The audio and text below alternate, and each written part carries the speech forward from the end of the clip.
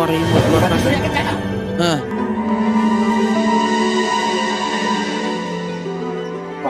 Pahlawan dari Madiun. Oh, wow, pahlawan. Bupati Surya Kencana. Gugur pada abad ke-14. Wah, ngeronsen ini, lagi ngeronsen. Tuh kan ya. Memang kebiasaan Hadramaut. Hadarna lisan fasih, saudara. Saudara. Alhamdulillahi Rabbil Alamin. Ar-Rahmanir Rahim. Maliki. Ya, Bib. Tuh kan. Ya. Jualan paling laku di Indonesia ya jualan agama. Krim Karim. Jualan agama memang menggiurkan sekali ya. Apalagi soal berkah. Semua bisa dieksploitasi atas nama keberkahan. Oh alah Ben bangun kau Ben. Tidurmu itu terlalu lama. Miring pula lagi. Ini muki Ben ini udah dicuci betul-betul otaknya.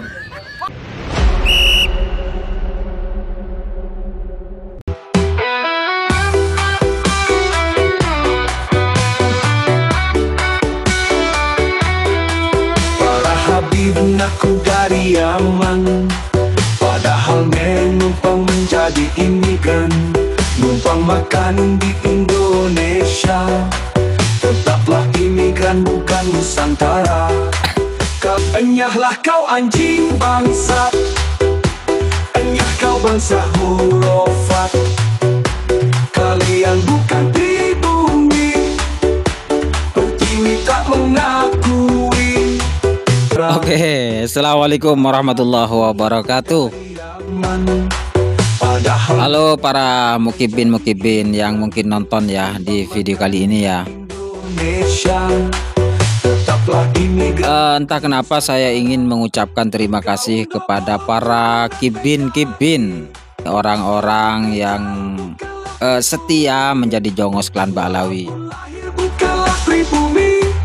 Dari lubuk hati yang paling dalam, rasanya saya ingin berterima kasih karena dengan adanya kalian itu, polemik klan Ba'alawi ini semakin berwarna begitulah. Nah, jadi klan Ba'alawi ini, kabib-kabib Ba'alawi ini, mereka sebetulnya sudah tidak dibutuhkan lagi oleh warga pribumi, terutama umat Islam ya. Lalu untuk sekarang ini keberadaan klan Ba'alawi ini dibutuhkan siapa? Dibutuhkan oleh para youtuber para konten kreator. Untuk apa? Untuk dibuat ya heboh-hebohan, bully-bulian ya terkait ngedabrusnya ya, dobolowinya terkait klaim-klaim yang lucu-lucu itu ya.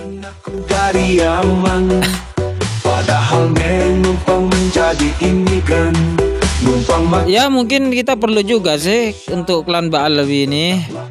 Kita mungkin butuh klan Ba'alawi ini untuk dijadikan hiburan lah. Bukan untuk kita jadikan panutan, apalagi kita cintai atas nama cucu Nabi. Itu bukan ya. Dalam konteks itu klan Ba'alawi ini tidak dibutuhkan.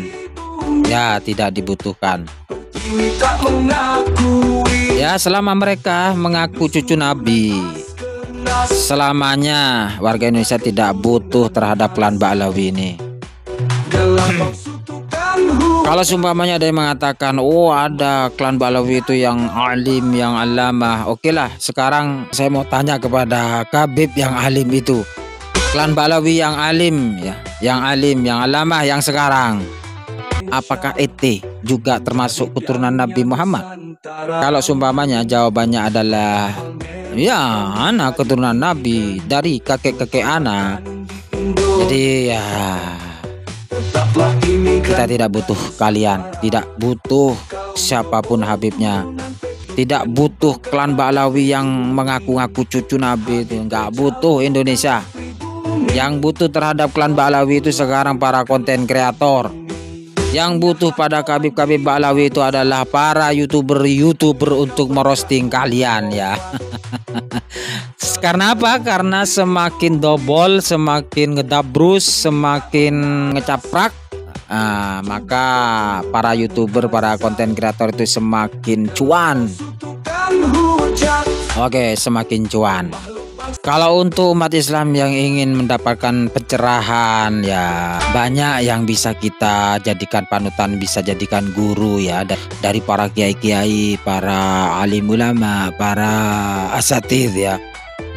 Nah, jadi untuk warga Indonesia, terutama warga muslim di Indonesia, kalau ingin pinter, ingin cerdas, ingin mencari pencerahan, jangan cari pencerahan terhadap Khabib Klan Ba'lawi, carilah pada kiai-kiai pribumi ya. Karena sudah terbukti kiai-kiai pribumi itu mencerdaskan anak-anak bangsa. Ya, kalau Klan Ba'lawi ini justru tidak memberikan pencerahan, tetapi justru yang ada ya apa ya, kedobolan nanti ya, seperti yang akan saya putarkan dalam video ini. Oke, saksikan. Sahabat HR News yang dirahmati Allah, ini adalah salah satu tokoh Ba'lawi juga namanya Habib Zain dari Sampang sedang merongsen adanya makam Kiai. Ini ditemukan makam yang akhirnya nanti dibangun mencari kuat. Coba kita dengarkan kelucuannya. Ini ya.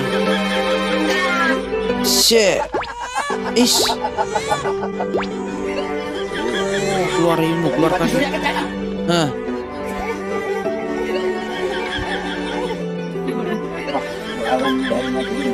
Oh, pahlawan. Surya Kencana. Gugur pada abad ke-14. Wah, ngeronsen ini, lagi ngeronsen. Tuh kan ya. Memang kebiasaannya ini bermain-main dengan orang mati, orang sudah meninggal. Nah, Sambung dengan Pangeran Mangkubumi di Kabupaten Cukup sekian, besok bayangan hadir jam 11.30. Assalamualaikum warahmatullahi wabarakatuh. Lemas sudah Orang keluar. Indonesia fase-fase sebut Allah, Subhanallah, Astagfirullah, La ilaha illallah. Nah, jadi kalau soal kefasihan kita nggak ragukan lagi. Kalau ada yang tanya kenapa sih orang Indonesia fasih, ya jangan kaget. Karena dulu dai-dai yang datang ke Indonesia nih, ini datang dari Hadramaut, datang dari Yaman. Hadramaut. Lisan Hadar ini lisan fasih, saudara. Saudara. Alhamdulillahi Rabbil Alamin, Ar-Rahmanir Rahim, Maliki Yawmiddin, Iyyaka na'budu wa iyyaka nasta'in, Ihdinas siratal mustaqim, siratal ladzina an'amta 'alaihim ghairil maghdubi 'alaihim waladdallin. Kalau cari yang seperti ini di Indonesia ini banyak. Lisan Hadar ini lisan fasih, saudara. Saudara. Hadar ini lisan fasih, Aduh, saudara. lisan fasih. Nah, tuh alhamdulillah dapat merasakan budalnya Khabib. Tuh kan? Ya. Jualan paling laku di Indonesia ya jualan agama. Krim tarim. Jualan agama memang menggiurkan sekali ya. Apalagi soal berkah. Semua bisa dieksploitasi atas nama keberkahan. Produk yang belum jelas asal usulnya. Jadi jualan kalau agama percaya ya. silahkan cek saja. Tidak ada label produksinya, batas pemakaiannya, info kandungannya, dan bahkan nggak ada izin dari BPOM-nya. Tapi dengan berani dikapitalisasi dengan kata tarim. Padahal belum tentu juga itu krim dibuat di tarim. Tidak hanya krim tarim sebenarnya ya. Ini alumni tarim ya. Banyak juga orang-orang Angkat yang bicara, alumni tarim. berkah dengan jualan pasir inat, pasir zambal dengan harga yang sangat fantastis, jutaan, dengan iming-iming berkah wali. Masya Allah. Padahal itu tanah kuburan, tanah wakaf, atau yang minimal tercampur dengan tanah khusus untuk perkuburan. Kok ia tega sekali diperjualbelikan secara masif. Tidak takut Kualat kamu tah. Loh, Ustadz kok sini sih? Nggak percaya sama berkah ya? Jelek-jelek gini saya ini alumni Tarim. Bertahun-tahun saya hidup di sana. Alumni Tarim. Kami tentunya percaya bahwa meminta doa keberkahan dan mengambil berkah dari asar atau bekas dari para nabi, sahabat, dan orang-orang soleh itu sangat diperbolehkan dan diamalkan sejak masa sahabat sampai dengan ulama sekarang. Banyak sekali riwayat terkait berkah. Salah satunya nih, kanan Nabi sallallahu alaihi wasallam yalbasuha fanahnu nagsiluha lil marda wa nustashfa biha. Jubah Rasulullah itu ada yang disimpan sama Sayyidah Asma binti Abu Bakar. Untuk apa? Kami membasuhnya jika ada orang yang sakit agar bisa sembuh dengan wasilah keberkahan jubah Rasulullah. Itu jelas masalah berkah. Akan tetapi mengeksploitasi keberkahan itu picik sekali dan jelas tidak sesuai dengan substansi Islam itu sendiri. Apalagi untuk hal-hal yang tidak sesuai dengan syarat dan aturan suatu negara. Itu jelas menjual agama dengan harga yang murah. Begitu juga teman-teman sebelah. Memang mereka tidak menjual berkah. Sedikit-sedikit jualan sunnah. Celana sunnah, rompi sunnah. Sejak kapan coba Rasulullah pakai celana sunnah cingkrang? Tidak ada riwayat yang jelas terkait itu. Rasulullah itu biasanya pakai gamis dan sarung. Walaupun berbeda tentunya model sarung beliau dengan sarung umat Islam di Indonesia. Ibnu Taimiyah pernah menulis, annahu kana yalbasul izar wal rida wal qamis wal jubbah. Ini Ibnu Taimiyah ya. Rasul itu sering mengenakan kain sarung, selendang, dengan kemeja, mereka. Ya, gamis ya. Dan jubah dengan lengan yang sempit. Malahan lebih parah lagi, tidak hanya sebatas itu saja ternyata. Ada yang jualan dengan embel-embel perumahan syariah, parfum Nabi. Bahkan ada juga yang jualan garam ru'yah syariah. Ya mungkin yang lain dianggap tidak sesuai syariah kali ya. Sehingga perlu menjual nama syariah. Yaitu sama piciknya dengan menjual kata berkah. Sudahlah. Mari sudahi menjual agama dan berkah seperti ini. Wala tashtaru bi ayati tsamanan qalila ya yafattakun. Janganlah kalian menjual ayat-ayatku dengan harga yang murah, yang sedikit, dan bertakwalah kalian hanya kepada Allah Subhanahu wa taala. Jualan ya jualan saja sih. Jangan menjual nama Tuhan, tapi berjualanlah dengan nama Tuhan. Bismillah. Biar berkah dan sesuai dengan sunnah. Afala ta'qilun? Muhammad. Saudara, kalau ada rasa di hati, benci sama anak cucu. Siapa yang lo maksud? Anak cucu dari baginda Rasulullah. Bahar Smith. Oh alah Ben bangun kau Ben. Tidurmu itu terlalu lama. Miring pula lagi. Ini muki Ben ini udah dicuci betul-betul otaknya nih. Ben, ini kau dengar ya Ben. Moga-moga kau tonton video ini. Semua para muki Ben. Kalian dengarkan ya, saya bukan di pesantren saya ngaji, saya di kampung sama guru ngaji biasa. Kalian pahami ya, seperti apa anak cucu keturunan baginda Rasulullah. Tidak ada satupun mau sampai kiamat dunia pun tidak ada itu anak cucu baginda Rasulullah itu nyuruh orang untuk nyium kakinya, nggak ada. Tidak ada keturunan Rasulullah itu. Ya, yang mulutnya kotor seperti Bahar. Mikir Ben. Tidurmu terlalu miring. Salam satu komando buat perjuangan Laskar Sabilillah, Satuan Wali Songo Indonesia. Tetap semangat. Terus semangat. Tak hajar para mukibin. Mantap. Hajar tetap semangat. Hajar terus. PWI Laskar Sabilillah DKI Jakarta Utara. Semangat. Pak tentara ini ya. Balawi selalu menuduh bahwa polemik nasab ini ada yang modali, tetapi di lain waktu mereka juga menuduh orang-orang yang mengangkat polemik nasab ini sebagai PKI anti Cina, Syiah dan Wahabi. Tampaknya Balawi akan menghalalkan segala cara untuk membela nasabnya agar tidak rungkat, kawan ya. Setiap Habib yang datang itu di rumahku saya itu, anaknya abah saya itu, kapan pulang itu minta oleh-oleh. Sampai oleh-olehnya itu aneh-aneh Pak Kiai. Akuarium yang sebesar ukuran 30 kali 50. Ini untuk aneh, ini untuk aneh, untuk oleh-oleh Habib katanya. Akuarium masih murah di Lampung ini. Ada Habib mintanya Alphard. Bisa dikonfirmasi. Dan saya punya saksinya. Makanya jangan jadi muhibin. Nah kalau kelas kita ya kalau di Dawit paling ya rokok sebungkus, nggak ada apa-apa di kantong kita. Tapi kalau kelasnya kelas camat ya mungkin motor. Kalau kelasnya kelas bupati ya udah Alphard itu. Wali kota, kelas gubernur, waduh beda lagi Dawit. Kelas presiden bisa yang lain, tambang bisa gila-gilaan dawirnya. Jadi seperti itu ya.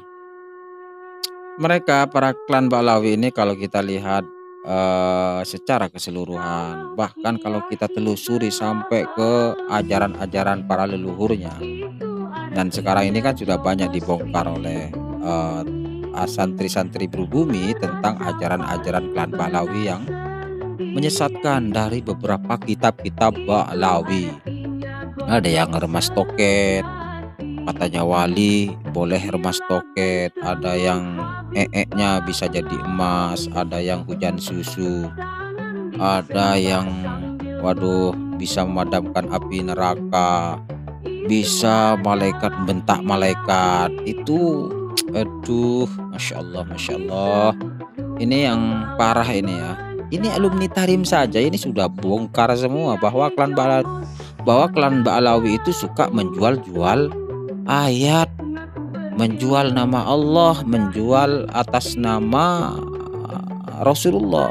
Mereka suka sekali mengatakan orang lain itu dikit-dikit penghina agama, menista agama. Tetapi mereka sendiri sebetulnya telah menistakan agama itu sendiri. Dan itu nyata di depan kita, kawan ya. Mereka menjual agama, menjual ayat-ayat Allah itu dengan harga yang sangat murah sekali. Padahal itu sudah diancam oleh Allah dalam Al-Quran, wala tashtaru bi ayatillahi thamanan qalila fa iyaya fattaqun. Maka hati-hatilah kalian.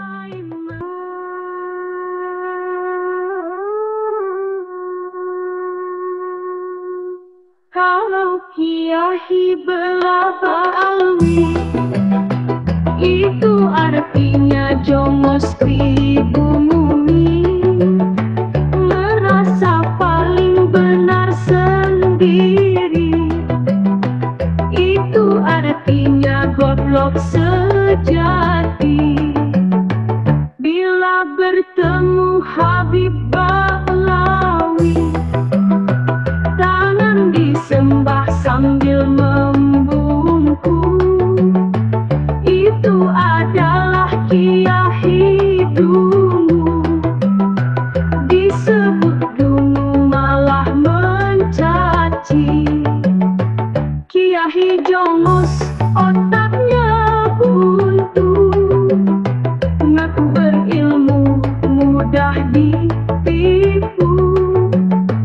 Fanatik buta pada imigran, diberitahi pasti dimakan.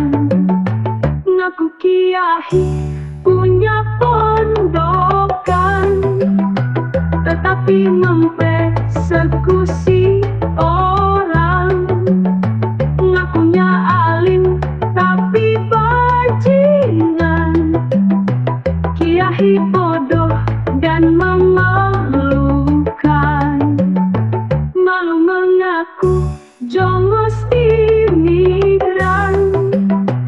Orang lain menjadi sasaran. Itulah ciri budak imigran. Kiai bodoh